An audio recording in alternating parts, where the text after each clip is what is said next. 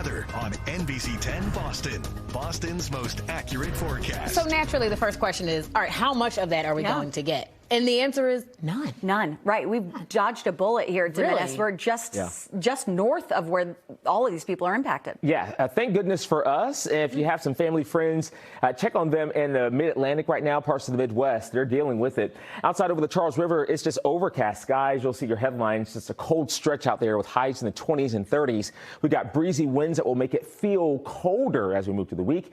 And dry weather for the weekend for now. We're tracking another weather system that we need to keep an eye on. Look at the wind speeds here. They're mainly coming from the northwest at 14 miles an hour in Boston, gusting to the lower 20s, and that's creating that feels like temperature or the wind chill at 9. It feels like 8 degrees in Beverly, 10 in Bedford, 16 in Norwood, 6 in Worcester, 1 in Concord there, 5 in Portsmouth, and about 18 in Marshfield. So as we continue going through the next several hours, you'll notice the feels like temperatures. They're going to be in the teens in Boston and greater Boston, and then falling into the single digits as we head into the overnight, really even before the overnight, but about 3 degrees by early in the morning tomorrow. So we need to start planning ahead and think about the pets, the plants, and also our elderly neighbors.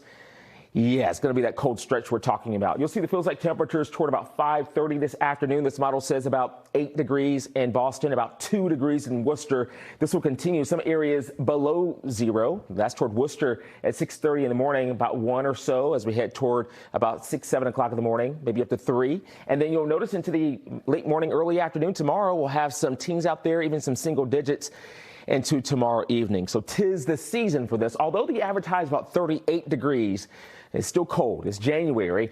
Below average for tomorrow, Wednesday, Thursday, Friday, Saturday.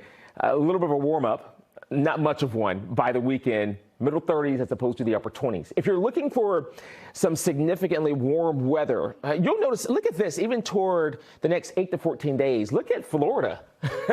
Below normal temperatures there. As even for South Florida, you'll have to go to Michigan, most likely, if you want to see a little bit of some warmer weather, but likely below normal here for the Northeast. I want to show you the satellite radar together. The returns here showing the potential for maybe some snowflakes in Hartford or pretty close to it. That larger weather system that we were just showing you, creating rain, sleet, snow. Even some severe weather over portions of the country the past couple of days, but definitely some snowy conditions toward Virginia, Maryland there, D.C., and Philly. Parts of New York, too. And so I can't rule out maybe even a snowflake. I'm showing you a different model than I showed at the top of the show.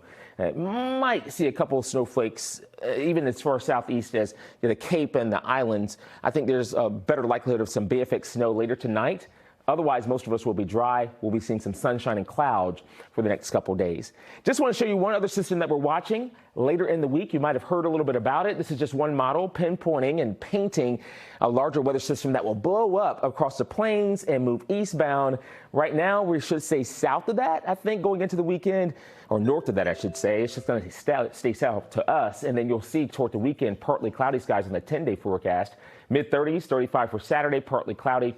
36 degrees on Sunday, and we're going to keep it in the 30s next Monday.